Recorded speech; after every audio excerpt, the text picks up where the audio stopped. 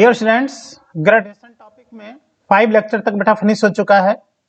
5th lecture में हमने gravitational field intensity due to point mass हमने बताया था। आज हम लोग gravitational potential energy between two mass आज हम लोग पढ़ेंगे। Gravitational potential energy between two mass, ये बहुत ही इंपॉर्टेंट होता है और इसी से रिलेटेड पोटेंशियल भी आज हम लोग पढ़ेंगे।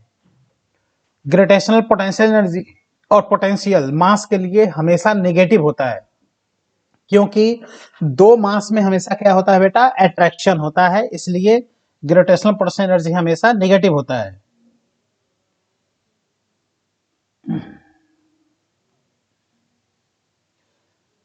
और इसमें कॉन्सेप्ट हम लोग पढ़ते हैं अब। ग्रेविटेशनल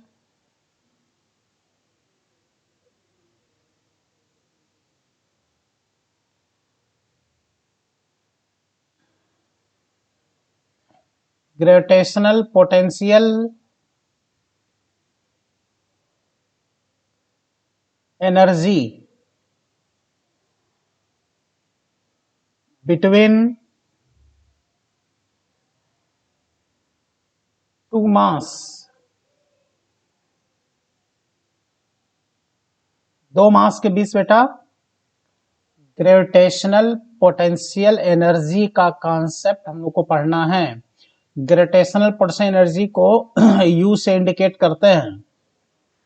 इससे कैपिटल यू से बेटा इसको इंडिकेट किया जाता है, ग्रेविटेशनल पोटेंशियल एनर्जी को। पोटेंशियल एनर्जी स्केलर क्वांटिटी होता है। जैसे ये दो मास हैं M1 और M2 R सेपरेशन पर, तो इनके बीच पोटेंशियल एनर्जी होता है बेटा G M1 M2 अपान R। ये पोटेंशियल एनर्जी का फॉर्मूला होता है, यहां माइनस जरूर लगेगा, जूल इसका यूनिट होगा। तो फोर्स के फॉर्मूले में फोर्स का फॉर्मूला क्या होता है, G M1 M2 अपान R स्क्वायर। तो पोटेंशियल एनर्जी में यहाँ R स्क्वायर नहीं होता, केवल R होता है, और यहाँ क्या लग जाता है, माइनस लग जाता है। ठीक है, तो एकदम आसान है ग्रेविटेशनल पोटेंशियल एनर्जी का फॉर्मूला। अब इसका क्या डिफिनीशन होगा ये जानना हम लोग को जरूरी है कि पोटेंशियल एनर्जी का बेटा डिफिनीशन क्या होता है। तो इसके लिए यहां जो हमने हेडिंग लिखा, यहां पर हम कॉन्सेप्ट इसका बताने चल रहे हैं कि पोटेंशियल एनर्जी होता क्या है, फॉर्मूला इसका डेवलप कैसे होता है, ये सारा कॉन्सेप्ट इसमें हम बताएंगे। जैसे यहां पर बेटा एक एम मास है और इससे आर सेपरेशन पर, कितने सेपरेशन में बेटा, आर सेपरेशन पर एक मास हमने ला के रख दिया एम नॉट। इसको टेस्ट मास कहा जाता है, एम नॉट इज टेस्ट मास। इस एम नॉट को जानते हो कहां से लाया जाता है, इन्फाइनाइट से। इन्फाइनाइट का मतलब जहां ग्रेविटी ना हो, वहां से एम नॉट मास को मोशन करा करके, देखो मोशन करा करके इस पॉइंट तक लाने में जितना वर्क करना पड़ता है, वही दो मास सिस्टम की बेटा पोटेंशियल एनर्जी कहलाता है। That is amount of work done to carry a test mass m naught from infinity to inside gravitational field is known as gravitational potential energy between two mass at that separation। तो potential energy है क्या, work done है, सीधा सीधा work done है बेटा potential energy. तो work done is scalar quantity, then potential energy also scalar quantity. ठीक है,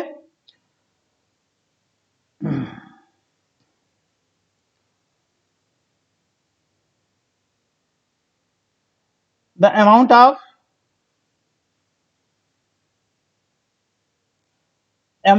of work done to carry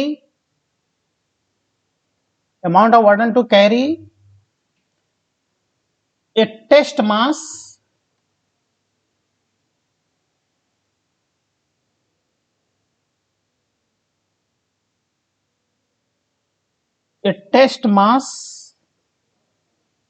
m naught from infinite to inside inside gravitational field is known as gravitational potential energy, gravitational potential energy between two mass at that separation. ठीक, it is scalar quantity. Potential energy कौन सी quantity है बेटा? Scalar quantity. It have no any direction, इनका कोई direction बेटा नहीं होता, क्योंकि स्केलर क्वांटिटी है। बिना डायरेक्शन के क्वेश्चन सॉल्व करना है। जैसे फोर्स के क्वेश्चन जो हम लोग कर रहे थे या इंटेंसिटी के क्वेश्चन कर रहे थे, तो वहां पर बेटा वेक्टर का हम लोग हेल्प लेते थे। यहां पर वेक्टर का हेल्प नहीं लेना है, सीधे फॉर्मूले से हम लोग को क्वेश्चन क्या करना है? सॉल्व करना है। तो क्या हो गया? किसी m मास के पास में किसी टेस्ट मास, ये कौन सा मास है? टेस्ट मास m नॉट को इन्फिनाइट से यहां तक लाने में जो वर्क करना पड़ेगा, वो दो मास सिस्टम की पोटेंशियल एनर्जी उतने सेपरेशन पे कहलाएगा। Potential energy scalar quantity, it have no direction. ये डेफिनेशन से कई कॉन्सेप्ट क्लियर होता है। फिर मान लो दो मास का अगर तुमने पोटेंशियल एनर्जी निकाल लिया, अब क्या करेगा? दो मास, तीन मास, चार मास दे देगा, कहेगा कि इनको इन्फिनाइट तक ले जाने में कितना वर्क करना पड़ेगा। कहां तक? इन्फिनाइट। तो उल्टा क्वेश्चन पूछता है। तो जो पोटेंशियल एनर्जी हम लोग निकालते हैं वो क्या होता है कि इन्फिनाइट से लाने में वर्क डन होता है। अच्छा, इन्फिनाइट को और क्या कहते हैं? इन्फिनाइट को हिंदी में क्या कहते हैं बेटा? स्वर्ग कहते हैं। इन्फिनाइट इज स्वर्ग। तो स्वर्ग से टेस्ट मास को इस पॉइंट तक लाने में इतना वर्क करना पड़ेगा, वह दो मास सिस्टम का उतने सेपरेशन पे पोटेंशियल एनर्जी होगा। फिर उल्टा क्वेश्चन कहेगा कि दो मास, तीन मास, चार मास दे देगा, कहेगा इनको स्वर्ग तक पहुंचाने में कितना वर्क करना पड़ेगा। उल्टा क्वेश्चन पूछ देगा। तो पोटेंशियल एनर्जी निकाल के बेटा उसका साइन क्या कर दिया जाता है? चेंज कर दिया जाता है। प्लस का माइनस बना दो और माइनस का क्या बना दो बेटा? प्लस बना दो। फट से पोटेंशियल एनर्जी उसकी निकल आती है, वर्क डन निकल आता है। ठीक,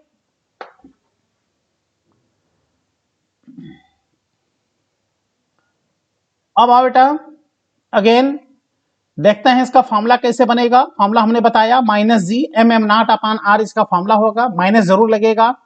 अब जैसे यहां पर एक एम मास है, देख रहे बेटा, एम मास है, इस मास के पास में एक दूसरा मास एम नॉट लाके रख दिया गया।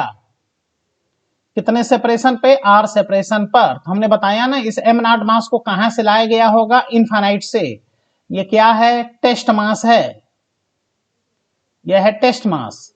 इसको इनफाइनाइट से मोशन करा करके लाने में जो वर्क करना पड़ेगा, वही दो मास सिस्टम की पोटेंशियल एनर्जी कहलाएगी। तो हम लोग क्या करेंगे? इस एम नॉट मास, अच्छा जैसे से बेटा ये एम नॉट मास, टेस्ट मास इस मास के पास जैसे से आता चला जाएगा, जैसे से इस मास एम मास के पास आएगा, वैसे वैसे इसके द्वारा लगने वाला फोर्स उस पर बढ़ता चला जाएगा। यानी अगर इनफाइनाइट से हम लोग इस मास को आर सेपरेशन तक लेकर आएंगे एम नॉट मास को, तो ऐसे कंडीशन में हम लोग देखेंगे कि उस पर लगने वाला फोर्स बढ़ता चला जाएगा। इसलिए हम कह सकते हैं कि यहाँ जो फोर्स है कांस्टेंट नहीं है। और जब फोर्स कांस्टेंट नहीं होता तो ऐसे में जो वर्क डन निकाला जाता है बेटा, वह वर्क डन जो फाइंड किया जाता है, वह वर्क डन बेटा इंटीग्रेशन से फाइंड किया जाता है। स्मॉल डिस्प्लेसमेंट का वर्डन निकाल के और उसके बाद से इंटीग्रेट कर दो, पूरा का पूरा वर्डन निकाल आता है। इसलिए direct F D cos theta से यहाँ वर्डन नहीं आएगा, बल्कि इंटीग्रेशन से वर्डन आएगा। इस बात का ध्यान देना। इसलिए डीएक्स डिस्प्लेस इसको करा करके और तब जाकर के बेटा इसका वर्डन हम लोग क्या करेंगे? फाइंड करेंगे। कितना डिस्प्लेस करा के? Dx displacement. यहां देख रहे हो इस मास को, ये जो मास है इसको dx हम लोग डिस्प्लेस कराएंगे। dx डिस्प्लेस कराएंगे, ये m नॉट मास यहां आ चुका होगा एक इंटरमीडिएट पोजीशन, और इस वाले मास से ये कितने डिस्टेंस पर होगा? इस समय x डिस्टेंस पर ये इस समय होगा। ये m मास m नॉट मास को अपने तरफ क्या करेगा बेटा? अट्रैक्ट करेगा। तो हम लोग क्या फाइंड कर लें, स्मॉल वर्क डन dw और small displacement dx। Small displacement के लिए हम लोग dw फाइंड कर लें। तो dw इंटीग्रेशन इसलिए करना पड़ रहा है क्योंकि यहां फोर्स कांस्टेंट नहीं होगा। dw is equal to fd cos theta, force f displacement dx cos theta, dw is equal to ये आ गया बेटा f dx cos, देख रहे हो ये मास इस m नॉट मास को अपने तरफ खींच रहा है और dx डिस्प्लेसमेंट, जिधर डिस्प्लेसमेंट है उधर ही फोर्स है, इसलिए यहां हो जाएगा बेटा 0 डिग्री। तो आ जाएगा dw is equal to f dx और cos 0 का वैल्यू कितना आ गया, 1 आ गया। इसलिए वर्क डन आ गया dw is equal to f into dx। इसलिए बेटा हम लोग फाइंड कर लें टोटल डिस्प्लेसमेंट,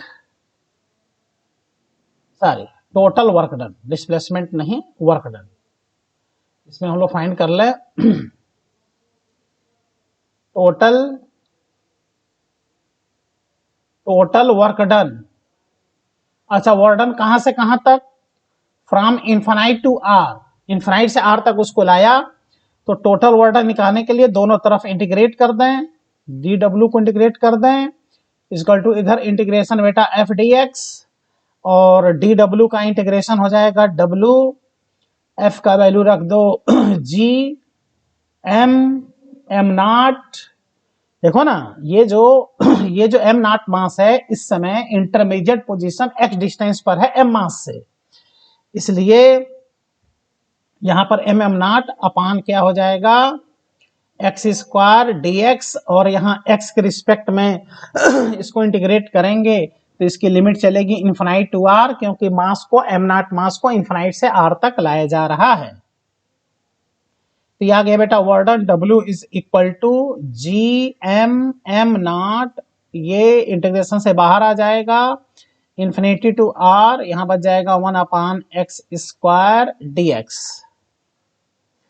इसलिए टोटल work done W is equal to G m naught integration infinity to r 1 upon x square को लिख दो x पावर माइनस 2 dx। सब लोग जानते हो कि x पावर n का integration x power n plus 1 अपान n प्लस 1 होता है, तो x पावर माइनस 2 का इंटीग्रेशन हो जाएगा बेटा x power minus 2 plus 1 upon minus 2 plus 1, x power minus 1 upon minus 1 minus 1 अपान x, इसका इंटीग्रेशन होगा किसका, x पावर माइनस 2 का, ये इंटीग्रेशन हो जाएगा। ठीक, तो आओ इसका इंटीग्रेशन कर लेते हैं।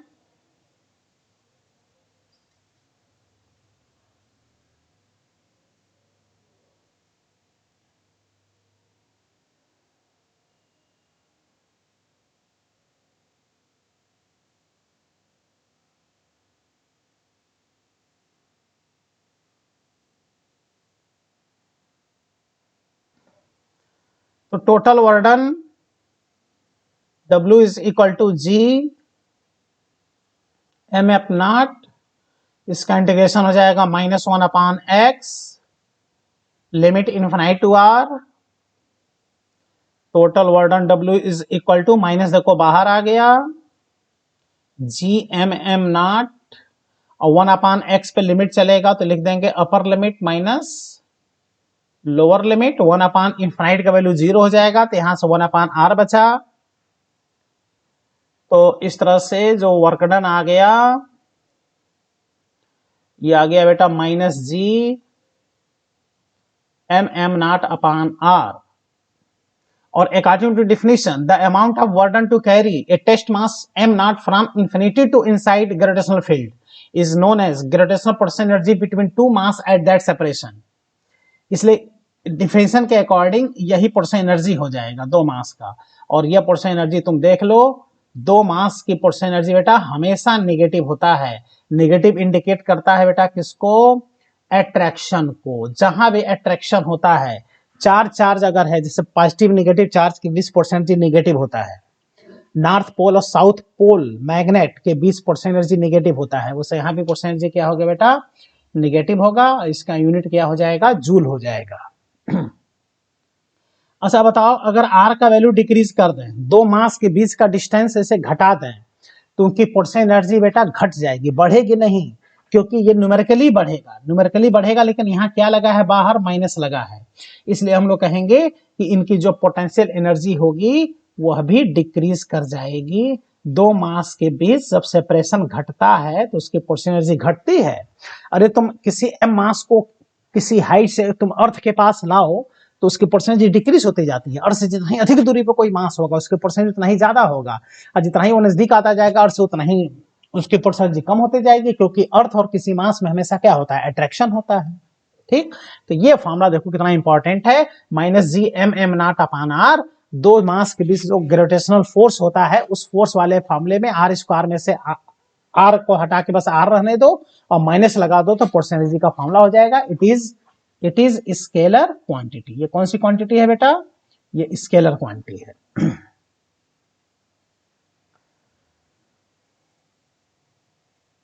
अब बात करते हैं स्पेशल केस की।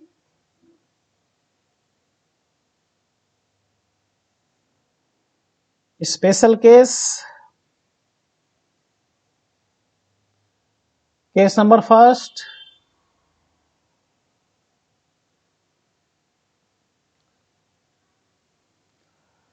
अगर दो मास हैं, दो मास हैं m1 और m2। अब यहां कोई टेस्ट मास नहीं है, बस जनरली अब दो मास आ गए आर सेपरेशन पर, तो इनकी पोटेंशियल एनर्जी हो जाएगी -G m1 m2/r। ये इनकी बनेगी बेटा पोटेंशियल एनर्जी। जूल इसका यूनिट होगा। If R decreases, potential energy also decreases. Case second,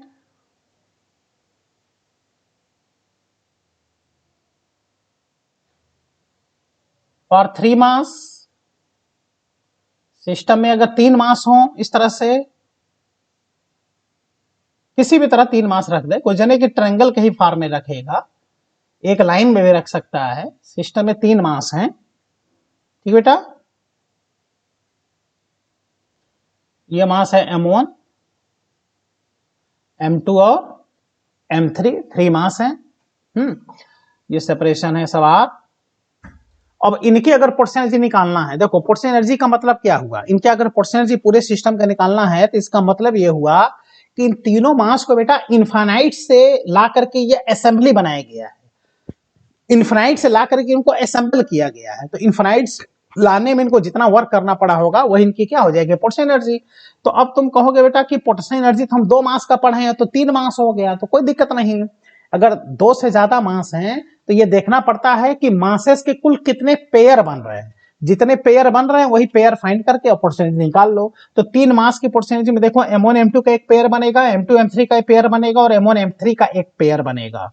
इसका मतलब यहां पर अगर पूरे सिस्टम की पोटेंशियल एनर्जी फाइंड करना है तो पोटेंशियल एनर्जी बिटवीन 1 और 2 की पोटेंशियल एनर्जी फाइंड कर लो, इसके बाद से 2 और 3 की पोटेंशियल एनर्जी फाइंड कर लो, इसके बाद से बेटा 3 और 1 की पोटेंशियल एनर्जी फाइंड करने के बाद से फॉर्मूला रख करके सबकी पोटेंशियल एनर्जी फाइंड कर लो, पूरे सिस्टम की पोटेंशियल एनर्जी तुरंत निकल आता है। ठीक, अब हम बात करते हैं केस नंबर 3 की। केस नंबर 3 में 4 मास सिस्टम होगा। सिस्टम में 4 मास होंगे, जो एनसीईआरटी में भी क्वेश्चन दिया, हम क्वेश्चन कराएंगे। 4 मास सिस्टम का क्वेश्चन एनसीईआरटी में भी दिया है। और 4 मास सिस्टम में बेटा अगर 4 मास हैं इस तरह से,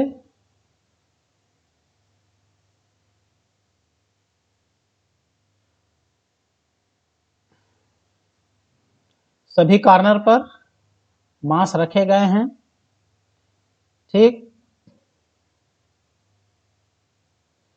यहां मास है M1, M2, M3, M4, सब साइड है A। अब इनकी परसेंटेज निकालना है, तो इसमें कुछ स्टूडेंट कंफ्यूज हो जाता है। कुछ स्टूडेंट ये सोचता है कि इनकी जो परसेंट एनर्जी होगी 4 मास अगर है 4 मास तो 4 पेयर बनेंगे। नहीं, कंफ्यूजन नहीं होना चाहिए। 3 मास में 3 पेयर बनते हैं, 2 मास में 1 पेयर बनता है, और 4 मास में बेटा 6 पेयर बनते हैं।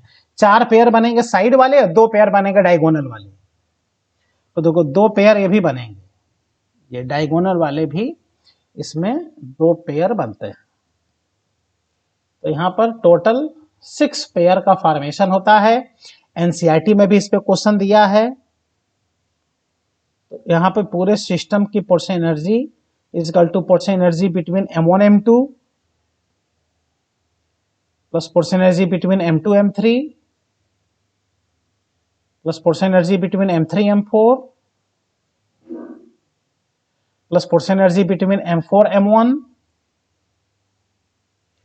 और plus portion energy between 1 and M1 and M3 diagonally M1 M3 1 और 3 और plus portion energy between M2 and M4। तो इस तरह से देखा जाए तो यहां पर 6 पेयर बनेंगे, 4 पेयर साइड वाले और 2 पेयर डायगोनल वाले। ये सब सीखे रहोगे तो क्वेश्चन सॉल्विंग में बेटा दिक्कत नहीं होगा, ठीक है। इसके बाद हम बात करते हैं केस नंबर 4 की।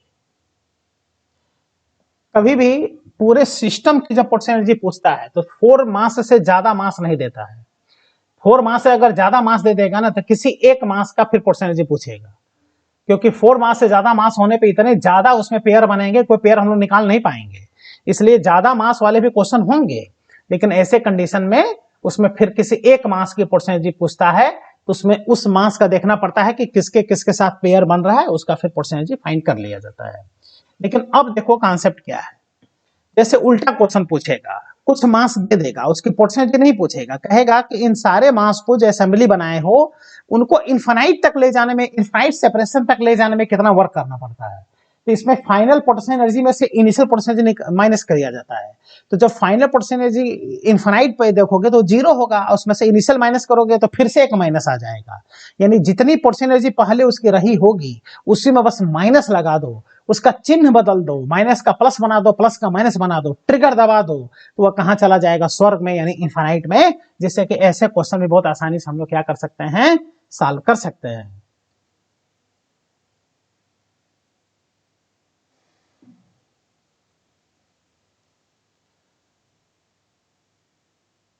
To determine work done to carry each mass up to infinite separation। सभी मास को इनफाइनाइट सेपरेशन तक ले जाने का क्या पूछता है बेटा, वर्क डन पूछता है। तो कुछ नहीं करना है, इनफाइनाइट सेपरेशन तक ले जाने का वर्क डन इक्वल टू पूरे सिस्टम की, पूरे सिस्टम का पूछेगा तो उसको देखो, एक मास का पूछेगा तो उसको देखो, पूरे सिस्टम की परसेंटेज निकाल के और माइनस लगा दो। तो पहले से माइनस होगा तो प्लस हो जाएगा, पहले से प्लस होगा तो माइनस हो जाएगा। ठीक बेटा,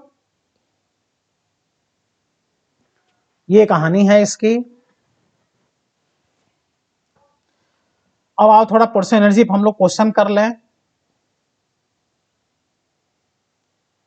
क्वेश्चन ऑन पोटेंशियल एनर्जी। जैसे ये एक ट्रायंगल है, 3 कॉर्नर इसके हैं, साइड है A, तीनों कॉर्नर पे M मास रखे गए हैं। तो कह रहा है कि फाइंड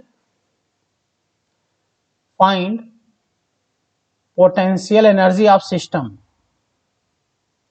पूरे सिस्टम की पोटेंशियल एनर्जी पूछ रहा है।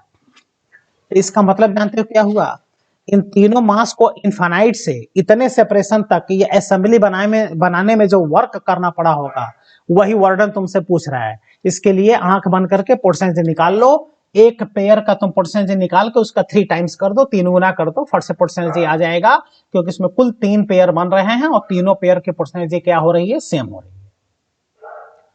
तो यहां पर अगर बेटा पूरे सिस्टम के परसेंटेज निकालें तो पूरे सिस्टम के परसेंटेज निकालने में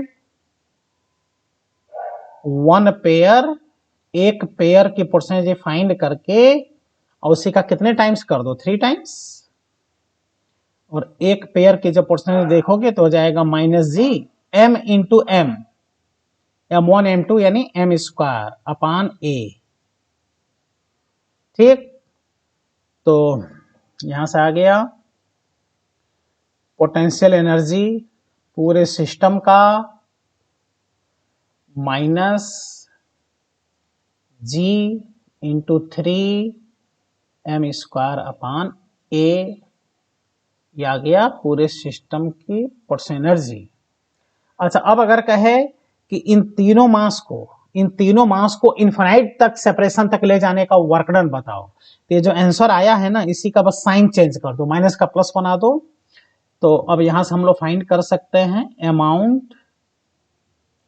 amount of work done to carry each mass up to infinite separation. सभी मास को इनफाइनाइट तक ले जाना है तो इसी माइनस को प्लस बना देना है, क्योंकि उनको इनफाइनाइट से लाने में कार्य प्राप्त हुआ होगा, वर्क प्राप्त हुआ होगा। इनफाइनाइट लेके जाओगे तो वर्क करना पड़ेगा, तो पहले माइनस था, अब क्या हो जाएगा, प्लस हो जाएगा। तो जब उल्टा क्वेश्चन पूछता है तो वहां स्टूडेंट घबरा जाता है, ये कैसे सॉल्व करेंगे, तो कितना आसानी सॉल्व हो गया। ठीक बेटा, चलो नेक्स्ट क्वेश्चन करते हैं। नेक्स्ट क्वेश्चन बेटा, ये एक स्क्वायर है,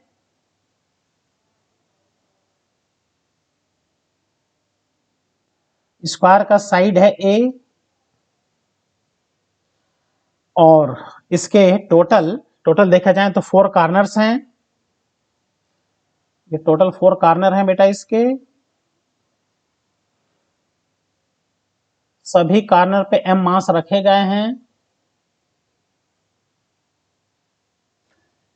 find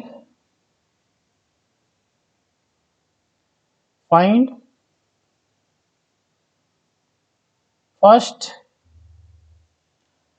potential energy of whole system, पूरे सिस्टम की परसेंटेज निकालना है, और work done to carry of each mass up to infinite separation, सभी मास को स्वर्ग तक पहुंचाना है तो वर्डन भी बताना है।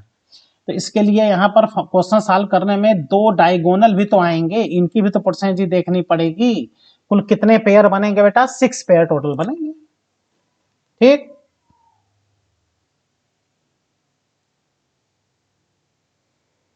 तो आओ 6 पेयर की परसेंटेज हम लोग फाइंड करते हैं। सॉल्यूशन में फर्स्ट पूरे सिस्टम की पोटेंशियल एनर्जी, पूरे सिस्टम के बेटा जो परसेंटेज देखोगे ना तो 4 तो पेयर बनेंगे, कौन वाले, साइड वाले, तो साइड वाले की परसेंटेज देख लिया जाए।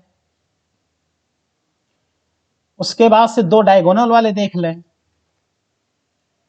तो पोटेंशियल एनर्जी ऑफ साइड की परसेंटेज निकाल के 4 गुना कर दें, क्योंकि ऐसे ऐसे 4 साइड हैं, और उसके बाद से डायगोनल वाले पेयर की परसेंटेज निकाल के उसका 2 गुना कर दें। सॉल्व हो गया आराम से, और वैल्यू रखते हैं।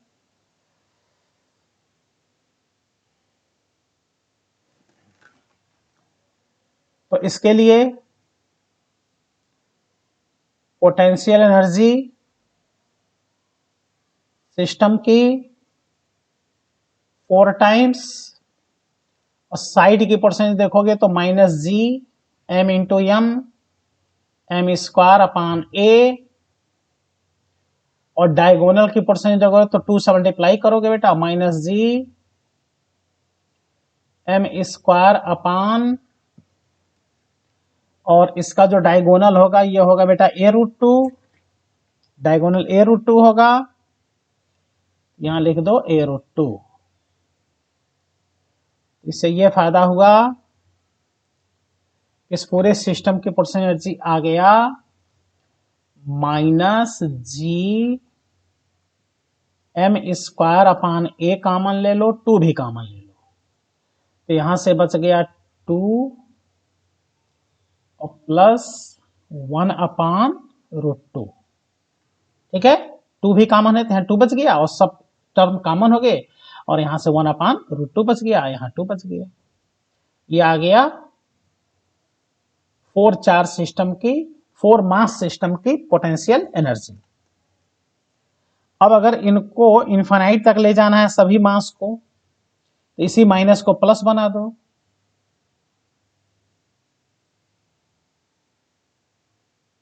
देखो ये प्लस बन गया।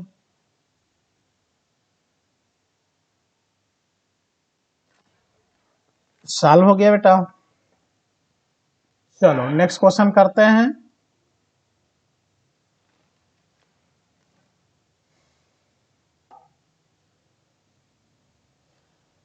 नेक्स्ट क्वेश्चन में अब जैसे ये क्वेश्चन बनाएगा, क्यूब के टोटल 8 कॉर्नर होते हैं, तो 8 मास रखेगा, तो अब यहां पे पूरे सिस्टम की परसेंटेज थोड़े ना पूछेगा कि पूरे सिस्टम की परसेंटेज बताओ, ऐसा नहीं पूछेगा। देखो टोटल 8 कॉर्नर है यहां पर,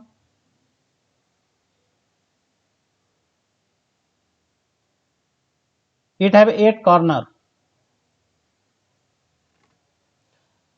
एक मास यहां है,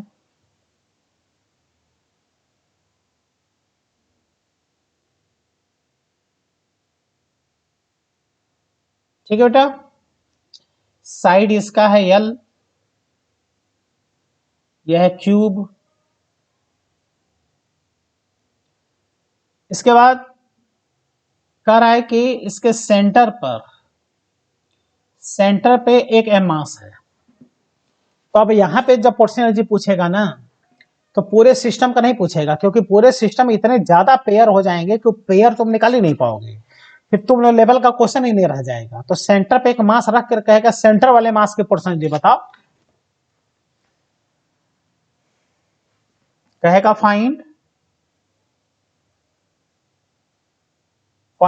gravitational potential energy of mass m placed at centre of cube, एक ये क्वेश्चन पूछेगा, और उसके बाद पूछेगा फाइंड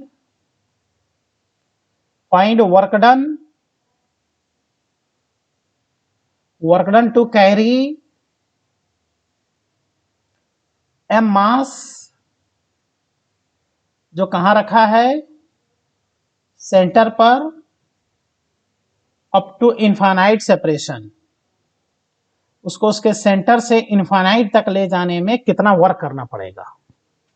ठीक है बेटा, तो एकदम आसान। ठीक, इसके लिए करना क्या होगा ना कि भाई इसकी अगर परसेंटेज तुमको देखनी होगी जो सेंटर पर है, तो उसका सेंटर से कॉर्नर के बीच की दूरी निकालना पड़ेगा, और सेंटर से कॉर्नर के बीच की दूरी को अगर r कह लें तो r डायगोनल का आधा होगा, और सबको पता है कि क्यूब का डायगोनल होता है L√3, और इसका आधा, ये r का वैल्यू आ गया। अब आराम से निकाल लो, एक पेयर की परसेंटेज फाइंड करके उसका सीधे सीधे 8 गुना कर दो, क्योंकि ऐसे 8 पेयर बनेंगे, क्योंकि टोटल 8 से कॉर्नर है यहां पर। और इसको सॉल्व कर लेते हैं। क्वेश्चन का फर्स्ट पार्ट देखो, यहां परसेंट एनर्जी सिस्टम का नहीं निकालना है, एम मास का निकालना है, जो कहां रखा है, सेंटर पर। तो इसका क्या करेंगे, 1 पेयर उसका एम मास का कॉर्नर के साथ, एक कॉर्नर के साथ पेयर निकाल के उसका 8 गुना कर देंगे। और एक करने के साथ इसका जो पोर्शन एनर्जी बनेगा minus G m into m, यानी एम स्क्वायर अपान आर बनेगा।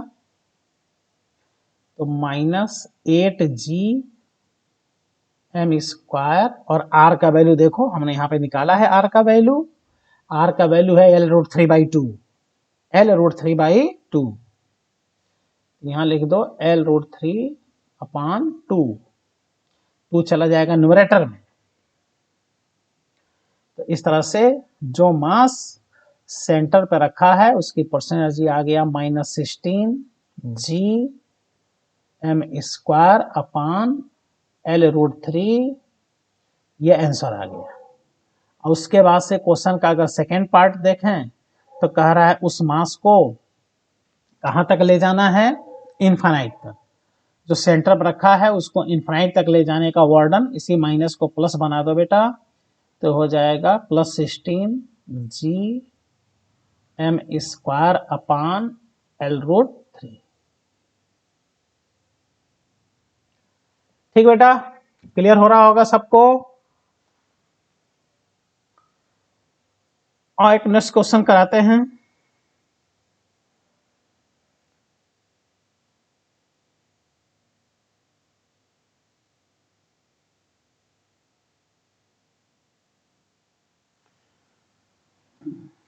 नेक्स्ट क्वेश्चन में यह कह रहा है कि ये एक इक्विलेटरल ट्रायंगल है,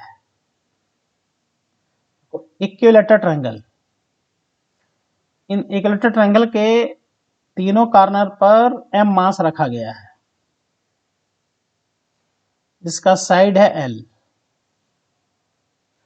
अब कह रहा है कि इनको सेपरेट कर दो तीनों मास को कि ये इन्फिनाइट ना जाए, बस ये 2l सेपरेशन पे हो जाए, है ना। ये यहां पर आ जाए सब के सब 2l सेपरेशन पर रहे, ट्रायंगल पर ही, इन्फिनाइट तक नहीं ले जाना है। इनको इतने सेपरेशन तक लाने में कितना वर्क करना पड़ेगा, ये क्वेश्चन पूछ रहे हैं।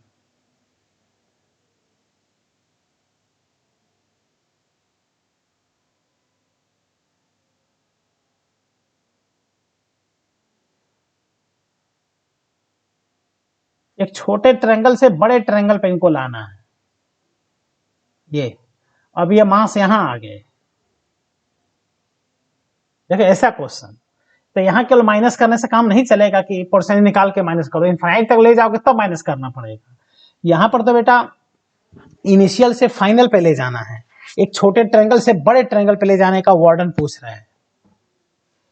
ये जो है छोटा वाला ट्रायंगल, ये इसका इनिशियल है। अब बड़ा वाला ट्रायंगल क्या है, फाइनल है। तो क्या पूछ रहा है, find work done to carry each mass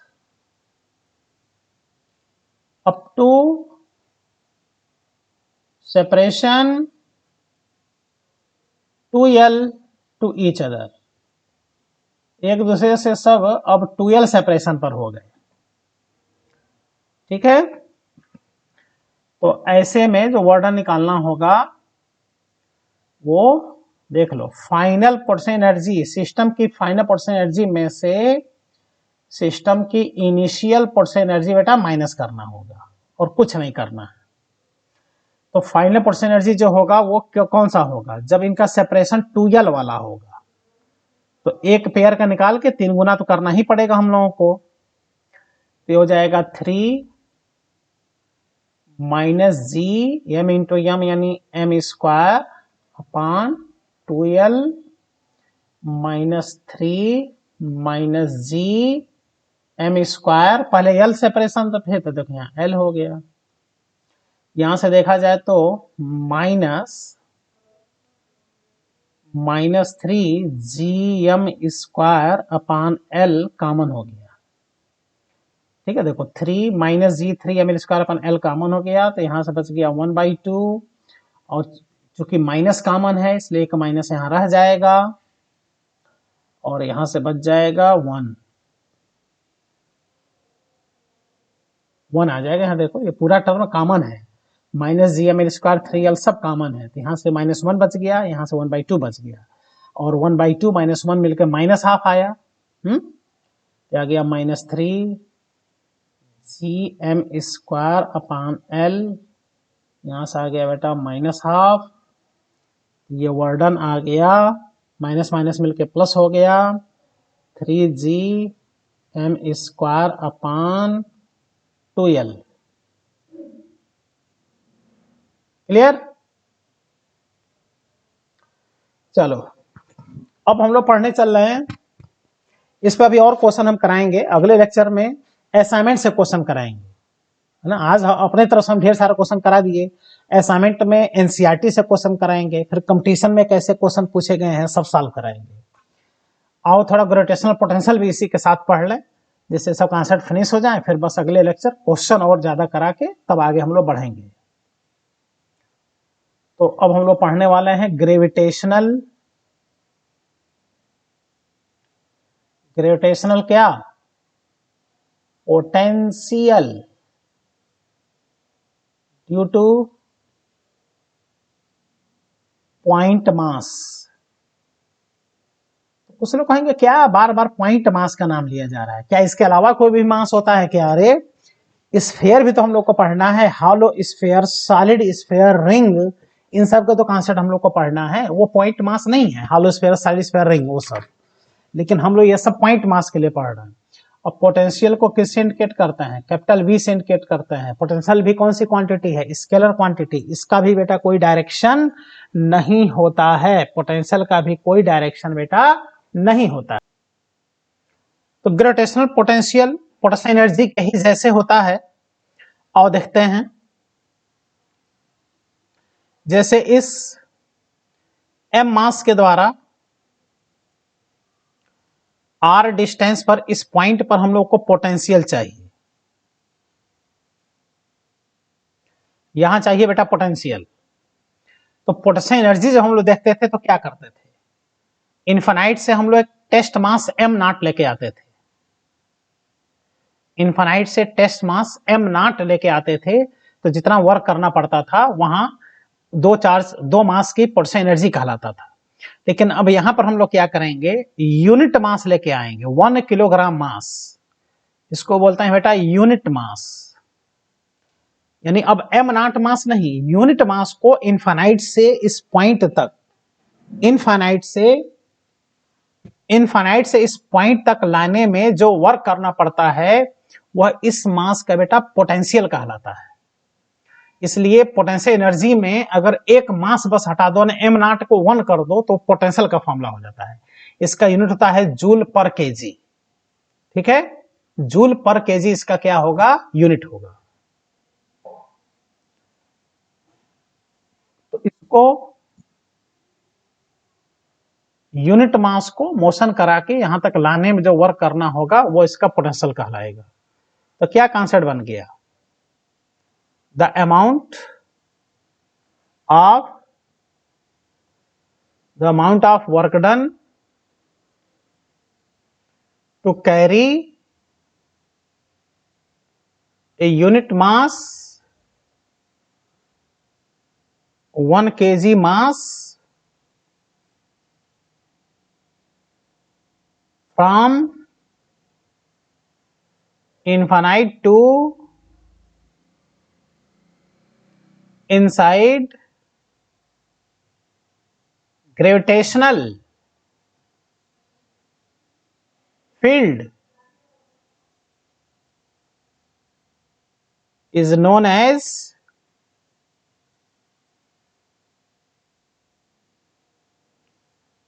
gravitational potential at that point। ठीक, it is also a scalar quantity, ये भी एक स्केलर क्वांटिटी है। Hence it have no direction. अच्छा अब बताओ, अगर पोटेंशियल हम लोग को चाहिए तो जो वर्क डन आया है एम नॉट मास के लिए, उसी में एम से डिवाइड कर देना होगा, एम नॉट से, यानी जो पोटेंशियल एनर्जी आया है उसी में एम नॉट से डिवाइड कर देना। तो कितना आया है potential energy? Minus G m m naught upon r. जब इसमें एम नॉट से बेटा डिवाइड कर दोगे तो ये कट जाएगा और किसी मास का पोटेंशियल आ जाएगा V बराबर minus G m upon r. ये आ गया बेटा पोटेंशियल, देख लो।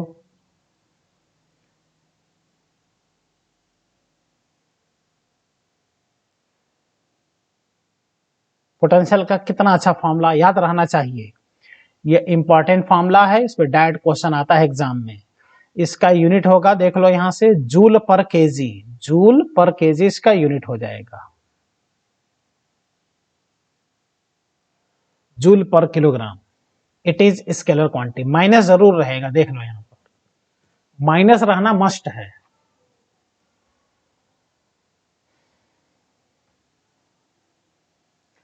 अब आओ इस पे भी क्वेश्चन कर लेते हैं। उसके बाद से अगले लेक्चर में असाइनमेंट से क्वेश्चन कराएंगे, एनसीईआरटी से भी क्वेश्चन कराएंगे और कंपटीशन में पूछे गए क्वेश्चंस भी सॉल्व कराएंगे। ठीक बेटा, जैसे ये एक इक्विलेटर ट्रायंगल है, 3 कॉर्नर हैं, 3 मास यहां रखे गए हैं, साइड है ए। तो पूछ रहा है सेंटर पे पोटेंशियल बताओ।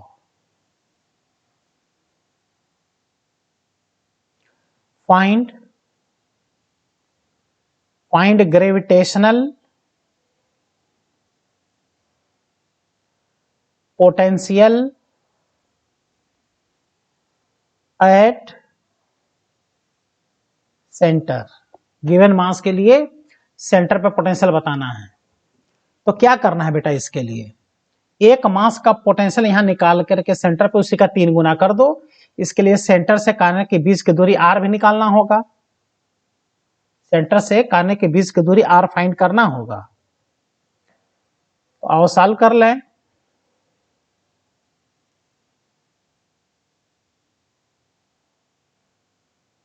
तो आर फाइंड करने के लिए देख लो, ये अगर हम ड्रा करें तो ये वैल्यू हो जाएगा a/2 और ये एंगल हो गया 30 डिग्री, पूरा 60 का आधा 30 डिग्री। आर फाइंड करना है, cos 30 का हेल्प ले लो। cos 30 is equal to base upon hypotenuse, cos 30 is equal to a upon 2 upon r।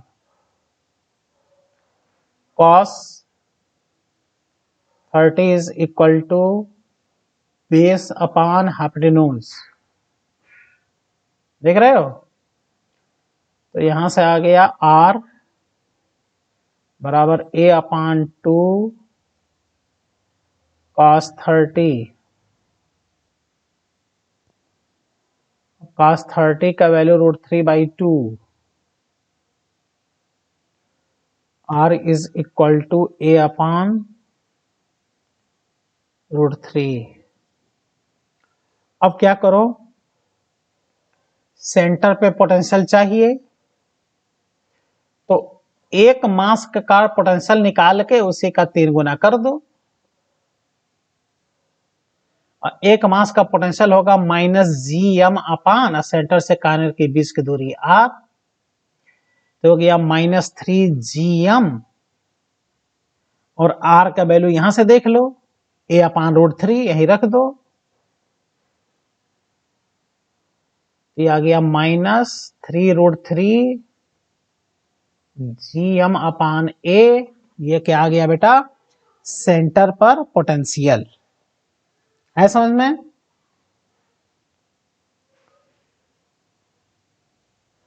Next question,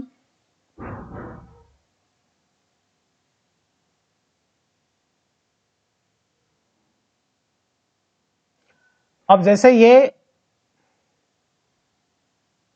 एक स्क्वायर है, यहां m मास है,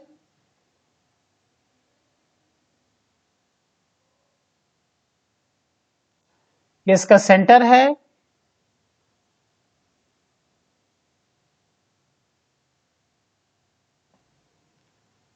साइड ए है, find gravitational potential at centre. Centre में बेटा पोटेंशियल बताना है, तो क्या करो, एक कार्नर का पोटेंशियल निकाल के उसका 4 गुना कर दो, क्योंकि एक मास का पोटेंशियल यहां जो बनेगा उसी का 4 गुना, क्योंकि सबके कर दो पोटेंशियल बनेगा। इसके लिए सेंटर से कार्नर के बीच की दूरी निकाल लो, तो सेंटर से कार्नर के बीच की दूरी डायगोनल का आधा होगा, और डायगोनल होगा a√2 का आधा, देख लो। तो सेंटर पे potential equal to potential due to 1 mass का फाइंड करके 4 से मल्टीप्लाई कर दो, तो एक मास का पोटेंशियल हो जाएगा -Gm अपान सेंटर से कार्नर के बीच की दूरी a/√2। तो इस तरह से सेंटर पे पोटेंशियल आ गया -4√2 Gm अपान a। तो एकदम क्लियर रहना चाहिए बेटा फार्मूला। आज हमने पोटेंशियल एनर्जी बता दिया और पोटेंशियल बता दिया। आज की कहानी बेटा यहां तक फिनिश हुआ, और थोड़ा रिवीजन करा दें। आज बेटा कॉन्सेप्ट देखो हमने यहां से स्टार्ट किया है, पोटेंशियल एनर्जी बताना हमने शुरू किया, क्या होता है पोटेंशियल एनर्जी।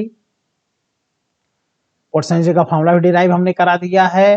देखो ग्रेविटेशन, पहले तो ये देखा जाए तो लेक्चर नंबर 6 आज हम लोग पढ़ रहे हैं, जिसमें कि ग्रेविटेशनल पोटेंशियल एनर्जी का कॉन्सेप्ट हमने बताया, डेफिनेशन लिखाया है ना, फिर ग्रेविटेशनल पोटेंशियल एनर्जी का फॉर्मूला डिराइव करा दिया है ना। तो ये फॉर्मूला मिला, ये याद रहना चाहिए। स्केलर क्वांटिटी है, 2 मास की पोटेंशियल एनर्जी, 3 मास की पोटेंशियल एनर्जी, 4 मास की पोटेंशियल एनर्जी, ये सब हमने बता दिया यहां तक। उसके बाद से क्वेश्चन कराया, 3 मास का पोटेंशियल एनर्जी का क्वेश्चन, 4 मास का क्वेश्चन, ये देखो क्यूब पे मास है उनका क्वेश्चन, फिर एक ट्रायंगल पर 3 मास रखे गए हैं, उनको 2l तक ले जाने में, बड़े ट्रायंगल तक ले जाने का वर्णन निकालने के लिए फाइनल से इनिशियल क्या कर देना है, माइनस कर देना है। फिर ग्रेविटेशनल पोटेंशियल हमने बता दिया, जिस तरह से पोटेंशियल एनर्जी होता है उसे पोटेंशियल होता है। पोटेंशियल एनर्जी में टेस्ट मास को m0 को लाया जाता है, और यहाँ पर क्या होता है यूनिट मास को, 1 किलोग्राम मास को इन्फाइनाइट से इस पॉइंट तक लाने में जो वर्क करना पड़ता है वो पोटेंशियल होता है। पोटेंशियल एनर्जी और पोटेंशियल ये दोनों वर्क डन ही होते हैं। ये पोटेंशियल एनर्जी और पोटेंशियल दोनों स्केलर क्वांटिटी होते हैं, बिना डायरेक्शन के सब क्वेश्चन सॉल्व होता है, लेकिन इन दोनों फॉर्मूले में हमेशा माइनस लगता है, इस पे विशेष ध्यान देना चाहिए। इस पे देखो हमने बेटा ये ट्रायंगल का और इसका इस टाइप का क्वेश्चन हमने सॉल्व करा दिया। आज का कॉन्सेप्ट बेटा यहां तक क्या हो गया, फिनिश हो गया। ठीक है, अब अगले लेक्चर में आप लोग देखना पोटेंशियल एनर्जी और पोटेंशियल दोनों पर असाइनमेंट्स हम क्वेश्चन कराएंगे एनसीईआरटी से, फर्स्ट लेवल से और बेटा सेकंड लेवल से। Thank you, all the best.